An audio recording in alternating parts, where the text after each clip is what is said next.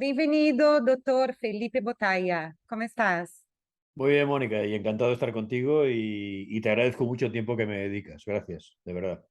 Ai, eu que Gracias. agradeço. Quantos livros, doutor Felipe? Pues ahora tengo 12 libros, de los cuales 8 son sobre temas de la Segunda Guerra Mundial y uno que está ya en el editor, que saldrá el año que viene, que es sobre Montecassino, la batalla de Montecassino. O sea que estamos con libros, serán 9 libros ya en total. Já quero adelantar um pouquinho sobre La Batalla del Monte Cassino. Sí. ¿Qué se trata? Bueno, sí, a ver, es un libro, a ver, en realidad es un libro sobre Montecassino, por supuesto. Ajá. No tanto de la batalla, porque la batalla hay libros muy buenos y yo en principio no tengo nada que añadir. Lo que pasa es que yo he ido a buscar una parte de la batalla que no es muy conocida. Entonces, y además esto lo uno a una parte que tiene Montecassino de muchísima energía, su historia, sus destrucciones, y creo que el lector podrá encontrar un Montecassino que no se puede imaginar. Totalmente nuevo, único y que realmente rompe esquemas. Rompe É, esquemas, es fuera de serie. Yo creo que es un interessante. descubrimiento. Aqui já apontei, Descubrimiento, sí. aqui já lo apontei, ¿Perdón? pero todos os livros do Dr. Botaya, ele vai mais a fundo da história. E não é a história convencional que nos conta, então todo isso nos traz um aire de mistério e que de investigação e que todos nos encanta saber a verdade Sí. ou seja, não é a verdade supérflua, ele vai ao fundo atrás de los códigos e de las informações que tem. E doutor Botaya, um livro que me chamou muito a atenção, de hecho, eu lo tenho aqui, Sí. tenho o honor porque me regalou e Sí, sí. es la espada del arca. Me Sí. encantaría que usted hablara un poquito de ese libro. De hecho, para que la gente que nos está viendo entienda un poco, voy a leer parte, Sí. ¿ok? Permítame que ahí sí necesito los lentes. Sí, por supuesto, como yo. Ok. Francia se perderá por una mujer y será salvada por otra. Una virgen de los bosques. La profecía de Merlín. Venía de la cuna real sangrial. Quem llevou, primeiramente, me encantaria que, essa parte do livro me fascinou, mas me encantaria que explicara um pouquinho sobre o livro e o porquê e quem levou a escrever este livro, doutor Felipe. Sí, La Espada del Arca es el último libro que he editado. De hecho, se editó el año pasado. Y es un libro que, de alguna forma, siempre quise escribir porque Juana de Arco es un personaje que siempre me ha gustado mucho. En la escuela se nos enseñaba a Juana de Arco, su historia, cómo la quemaron en Rouen. Y realmente era fascinante, ¿no? Ver una mujer en el siglo XIII haciendo lo que hacía esta mujer, con lo cual era algo realmente único. Con el tiempo he ido leyendo sobre Juana de Arco, visto las películas sobre Juana de Arco, y yo creo que, claro, una cosa que me llamó la atención siempre es su nombre, Juana de Arco.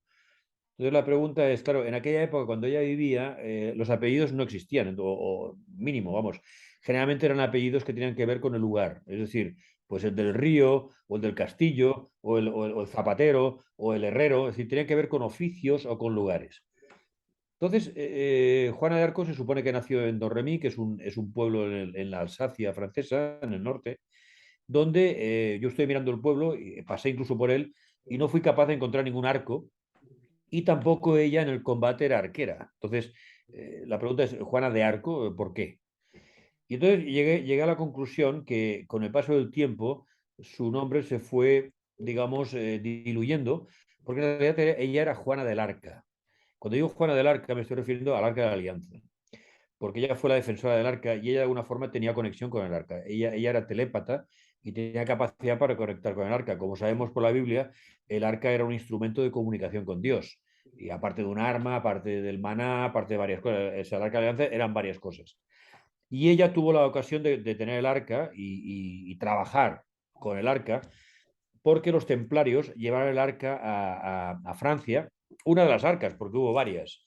Y esta en concreto la llevaron los templarios. Esta arca estuvo en Chartres, concretamente. Lo que pasa que incluso en Chartres, en la catedral, se puede ver un pórtico llamado de los iniciados, donde se ven a los templarios llevando el arca. Y con lo cual, claro, te está diciendo que ellos la pudieron encontrar, porque además estuvieron 9 años, 9 templarios en Jerusalén, excavando debajo del Templo de Salomón, hasta que parece que la encontraron completa, con todos sus accesorios de uso y tal, ¿no? Entonces se la llevaron en barco hasta Francia, una vez allí, Chartres, como he dicho, y de ahí se la llevaron a un pueblo que se llama Stenay, que en el libro lo cito, ¿no? Y en Stenay el arca estuvo un tiempo, pero provocó, bueno, la gente, claro, no sabía nada, provocó una peste, con lo cual la gente moría, seguramente radiada y seguramente con graves problemas. Y entonces ellos, perseguidos por el gobierno, esa arca la cogieron de allí y se la llevaron al sur, a un pueblo que se llama Arques, en francés, Arcas, que está situado en el Valle de las Arcas, en Le Valais des Arcs. Con lo cual también es muy curioso que un pueblo se llama Arques y esté en el Valle de las Arcas, que además es en plural. Entonces, ¿por qué hay un pueblo que se llama así? Y entonces he llegado con el libro a determinar dónde puede estar el Arca de la Alianza en Francia. En este libro, pues cito lo que puede ser pues, la ubicación del arca. Entonces, de ahí viene mi interés por Juana de Arco, aparte de su vida militar y que fue, yo diría, una de las pocas mujeres que ha habido en combate y unas pocas mujeres respetadas en el mundo militar, ¿no? Y sobre todo en esa época, claro, hablamos de hace 700 años, entonces eso es mucho tiempo. Pero ella fue una mujer que se ponía al frente de las tropas, el ejército de la consagración se llamaba, y ella pues con un estandarte blanco dirigía a las tropas, ella siempre se ponía en primera fila, hasta tal punto que llegó a aterrorizar a las tropas inglesas, porque estamos hablando de la guerra de los 100 años entre Francia e Inglaterra, y ella estuvo en la última fase. Entonces, solo su presencia en el campo de batalla hacía que los ingleses prácticamente no luchasen, incluso se rindiesen en algunos casos, ¿no? Y estoy hablando de soldados ingleses muy duros, gente, los longbow, que llevaban unos arcos larguísimos, que disparaban a mucha distancia, o sea, y están totalmente asombrados y asustados con esta mujer, ¿no? Una chica joven, además, ¿eh? Sí, la Que iba verdad sí conservando. es, o sea, en ese entonces la mujer no tenía fuerza ninguna, ¿no? Y tanto, o sea, tanto que el nombre de Juana d'Arc, como usted comentó, en la escuela aprendemos un poco de la historia, pero superficialmente, ¿no? Claro. Solo para resumir un poquito el libro, la profecía de Merlín. Entonces, para Sí, juntar las, bueno, las la piezas. profecía se refiere ni más ni menos que a la llegada de Juana de Arco en un momento determinado que liberará a Francia. Y Juana de Arco es exactamente lo que hizo. Juana de Arco se puso a las órdenes del delfín de Francia en aquel momento, el que iba a ser rey, y el delfín pues le puso a sus órdenes pues un ejército, ni más ni menos. Que hubo problemas al principio porque los caballeros, los soldados o los capitanes, claro, decían, bueno, ¿esta chica quién es? ¿No? ¿Cómo es posible que esta mujer, que no sabe ni quién es, que se supone que es medio analfabeta, de repente dirige a las tropas, ¿no? Y la verdad es que lo hizo muy bien. Y no solo eso, sino que además ella fue una gran artillera. Por ejemplo, se ve que la artillería entonces era un arma muy nueva. O sea, había muy pocos artilleros. Y sin embargo, ella aprendió a utilizar el cañón muy bien, por lo visto. O sea, que era una mujer, y luego en tema de estrategia también sabía mucho. O sea, ella sabía montar la batalla, cómo atacar a los ingleses, todo lo que sea las tropas necesarias, que si la caballería, que si la infantería. Es decir, ella enseguida aprendió todas las artes militares en aquel momento para poder llevar a cabo, digamos, el mando sobre una tropa pues realmente preparada y realmente conseguir éxito. Porque incluso hubo pueblos que los ingleses abandonaron sin lucha. O sea, tal como ella iba avanzando con su ejército, abandonaban el pueblo y se marchaban los ingleses. Entonces, claro, estamos hablando de alguien que iba muy por delante y muy superior a cualquier persona en aquel momento. Entonces, ella realmente creaba el horror entre los ingleses en aquel momento. ¿Vale? Sí. O sea que, Ahora, otro punto que se me hizo interesante, bueno, usted ya mencionó de la cuna real sangreal. Entonces, sí. ¿crees que tiene algún vínculo Joana d'Arc con el sangre real, María Magdalena? Vamos a hablar A ver, también de Renes de Chateau. sí, vamos a ver. María Magdalena tiene una gran devoción en Francia. En España no. En España, María Magdalena, claro, sabemos quién es. Pero para España, María Magdalena es una prostituta, que está en la Biblia y ya está. Y que desaparece cuando Jesús muere en el Calvario. Sin embargo, en Francia no. En Francia, bueno, la misma iglesia de Rennes-Chateau está dedicada a María Magdalena, por ejemplo. Tienes la Madeleine en París, que es como un templo griego, es una cosa muy curiosa, ¿no? Tienes cientos, quizás miles de iglesias dedicadas a la devoción de María Magdalena, con lo cual ella es un personaje muy importante. ¿Por qué? Porque se dice que ella llegó a Francia también. a ver, viajar entonces desde Palestina hasta Francia o Italia no era un viaje tan extraño en barco, o sea, era una cosa que se hacía, ¿eh? Con pasajeros o con cosas. Entonces, se dice que María Magdalena llegó allí porque María Magdalena era la mujer de Jesús y que incluso había tenido hijos con Jesús. Esto es una cosa que se dice y te lo crees o no. Bueno, el caso es que ella llegó a Francia y con Jesús, digamos, creó una línea de sangre real, una línea de sangre sagrada, que es la Saint Royal, que es el Santo Grial. El Santo Grial no, yo siempre he creído que no es una copa, es decir, se habla de una copa de la última cena de Jesús, pero yo creo que en este aspecto hablan de la sangre, que en la sangre está todo, tú a través de la sangre transmites la historia, transmites muchísimas cosas, aparte de los genes, y entonces, claro, Juana de Arco se dice que era de sangre real, o sea, ella venía de la sangre de Cristo, y también se dice que la sangre real de Cristo es el inicio de la dinastía merovingia en Francia. ¿Eh? Entonces, ¿qué pasa? Si aceptamos esa premisa, quiere decir que Juana de Arco, claro, la iglesia no podía matar, no podía quemar a Juana de Arco, porque era una descendiente de Jesús. ¿Eh? Entonces, claro, hubiese sido una cosa horrorosa. Por eso, yo en el libro defiendo que en Rouen, en la plaza del Mercado Viejo, quemaron a una mujer que no era Juana de Arco. Y ella pues desapareció, o la iglesia la hizo desaparecer, hasta el punto que ella luego se casó con un noble del norte también de Francia, tuvo creo que son 2 hijos, y murió al cabo de 30 años, que no siguió viviendo. O sea que ya, claro, esto no es tan habitual saberlo y casi no te lo imaginas, ¿no? Pero claro, hay que tener en cuenta que en aquella época, en 1430, claro, no habían fotografía. Yo no sé si era Juana de Arco. Ahí suben a una chica a casi 100 metros de distancia, una chica rubia más o menos, y la queman, pues es Juana de Arco. Yo no voy a, o sea, no Nadie puedo va a saber, discutirlo. No puedo discutirlo, ¿no? Entonces, yo sostengo la tesis de que allí no quemaron a Juan de Arco. Juan de Arco siguió viva y, repito, se casó con un noble, no recuerdo el nombre, un noble, y tuvo descendencia. Lo que ha pasado con esa descendencia no lo sé. Es decir, sus hijos, ¿hasta dónde han llegado? Es que no lo sé yo. Esta parte de la historia la desconozco. ¿Eh? Pero que tuvo hijos, sí. Esto parece ser que es cierto. Ok, y vamos a hablar también que mencionas bastante en el libro Rennes Le Chateau. Sí. Sí, ajá, y las claves secretas, el Sonia. párrago Eh, Sonier, exactamente. Sonia, sí. Sí, Eh, todo eso es Bueno, una historia súper Es, interesante, entonces, Rennes-le-Château es un pueblecito pequeño que está en el sur de Francia, muy cerca de España. Está escasamente de Barcelona, por ejemplo, es unas 3 horas más o menos llegar a Rennes-le-Château.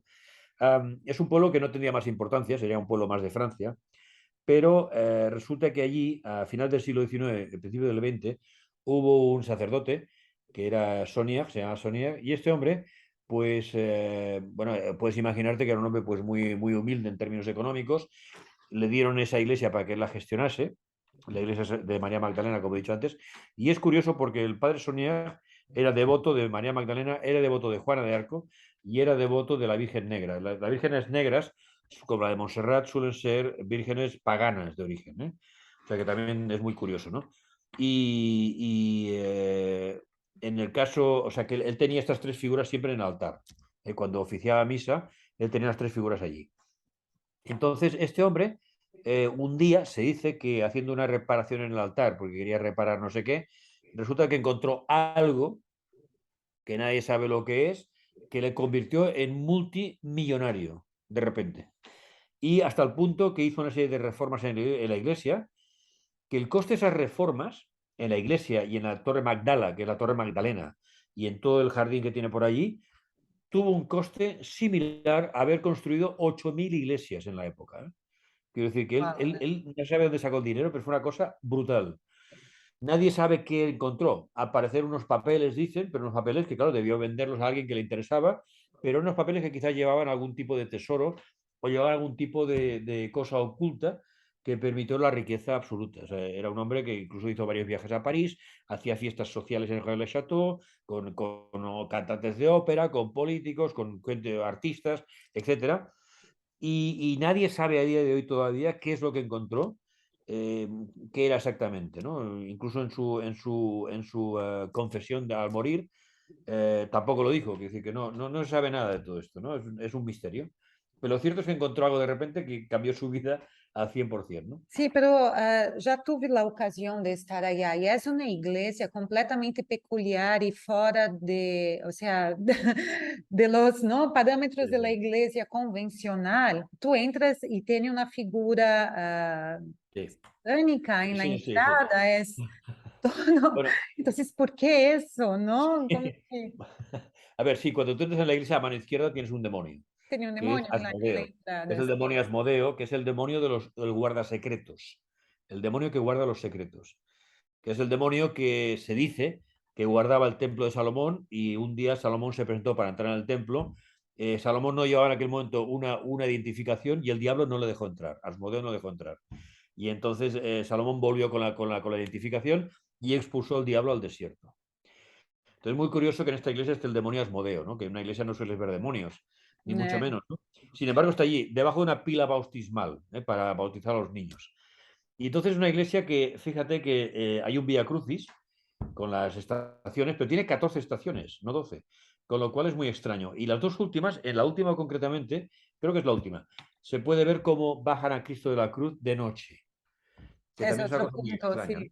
Está muy extraña, ¿no? Con lo cual esto te demuestra que parece ser que Jesús no murió en la cruz. Quedó herido, evidentemente, le pusieron aloe vera en una especie de paño que cubrió su cuerpo para curar las heridas y es cuando se lo llevaron hacia Francia con María Magdalena. O sea, él se fue curando y cuando llegó a Francia supongo que estaría curado, supongo que sí. O sea, que él se dice también que no murió en la cruz. Y realmente, cuando ves este Vía Crucis, dices, hombre, es muy extraño, ¿no? Que estén bajando a Cristo de noche. Es una cosa como, no sé, yo no creo ni que haya ningún pasaje de la Biblia que explique eso, ¿no? Sin embargo, Sonia, este sacerdote, pues hizo eso. O sea, hizo una cosa que yo diría que es un poco kitsch, es un poco de mal gusto, ¿no? Todo lo que está ahí, pero no sé, era el estilo de él, ¿no? Hay unos dibujos, después hay Exato. un, es un poco de mal gusto, ¿no? Todo aquello, pero bueno, él lo hizo así y se gastó una fortuna, ¿eh? Además, piensa que iba a construir una torre, creo que era de 50 o 60 metros de alto, para poder hablar al pueblo desde arriba, como un muacín árabe. Y esta torre, hubo los planos que han desaparecido, incluso él tenía un presupuesto, y lo que pasa es que murió. Pero él iba a hacerlo, o sea, que él iba a hacer una cosa totalmente fuera de serie, con la gran cantidad de dinero que parecía disponer. Entonces, claro, ¿qué pasó ahí exactamente, no? Entonces, esa iglesia es muy rara, exactamente. Luego está el número 11 y el número 22, que son 11 y más 11, que aparece en muchísimos sitios de allí, ¿no? O sea, él era, supongo que numerólogo, y entonces el 11 para él era un número que cabalísticamente pues tenía mucha importancia, ¿no? Desde escalones, los escalones de la Torre Magdala, los escalones del jardín, las letras de encima del demonio son 22. Hay muchísimos detalles que Creo llevan a que esto. el día, no estoy segura, perdóname si No, estoy no, no, no, dime. equivocada, pero el día de Santa Magdalena también creo que es el día 22. Sale el día 22. Sinceramente no lo sé, es posible. A ver, Eh, no me sorprendería, también ¿eh? Quizás el no estoy 22 segura. también. No me sorprendería. No, no, te lo digo porque sí, este hombre era un hombre que parecía seguir escrupulosamente la numerología. Entonces, y se ve que debía saber, ¿no? O sea, que él tuvo acceso a datos que su formación religiosa no creo que lo hubiese permitido, ¿no? Sin embargo, él fue un poco más allá y entró en el mundo esotérico y en el mundo de la cábala y en el mundo de la numerología, que esto no tiene nada que ver con el cristianismo, por supuesto, ¿no? Esto no tiene nada que ver un cura Exacto. no puede entrar en esto. Y Pero es bueno, él lo hizo. curioso porque muchos de la élite usa todo eso o sea, y dicen, es pecado, no es cosa de Dios, o te desvía Exactamente, la exactamente, información, ¿no? Pero mucha gente, exactamente, de hecho, la sigue exactamente. todo eso. Ok, doutor Felipe, já não quero mais tomar seu tempo. Recomendo o livro, que é, na verdade, é uma joia. Aqui tem toda a Gracias. informação para quem le gusta história e para quem não le gusta e quer um pouquinho de informação e cultura, super recomendo. E também me encantaria, a próxima vez, vou deixar, se você dá permisso, o contato para que algum passeio, algum evento, algum tour em Rennes-le-Château, para que usted nos guíe y que vayamos con usted a abrir un evento. Cuando, sí, tengo previsto el año que viene, ahora no, pero el año que viene, supongo que hacia la primavera, me gustaría hacer una ruta cátara, ¿no? Una ruta de los templarios y cátaros, donde visitaríamos René-Château, visitaríamos Arques, el Valle de las Arcas, visitaríamos Montsegur, seríamos una tournée por la zona.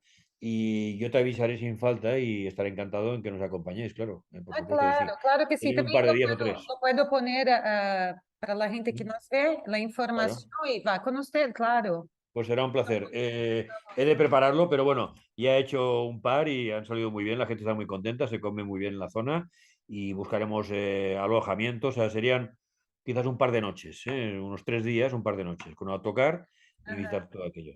Y O todo, sea que parece que también, quizá lo edicto después, pero parece que también está el cuerpo de María Magdalena por ahí, o sea, hablan que... el de María Magdalena dicen que su cráneo está en una iglesia en la Occitania, en la zona del Ródano, o sea, un poco más al norte.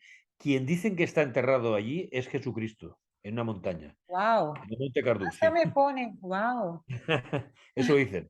Ok, hay que Lo que pasa investigar es que si nadie, podemos llegar hasta allá. Si ustedes van, nosotros acompañamos y sería un... iremos al Monte Cardú, no puedo garantizar que encontremos el cuerpo de Cristo, pero bueno, iremos allí, veremos Claro, la fortaleza de Monsegur, veremos otros castillos templarios, iremos a Carcasona, que Carcasona, fíjate el nombre, bueno, lo digo en el libro, Arcasone, Arca del Sol, Arcasone, Carcassonne, que es un pueblo muy famoso del sur de Francia.